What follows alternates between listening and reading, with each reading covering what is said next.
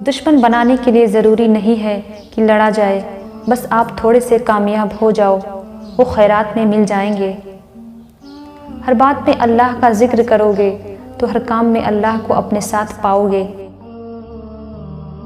लोगों के बदले हुए मिजाज तो हमें इंसान बनाते हैं, वरना हम तो समझ ही नहीं पाते कि ज़िंदगी की मुश्किलात क्या होती है।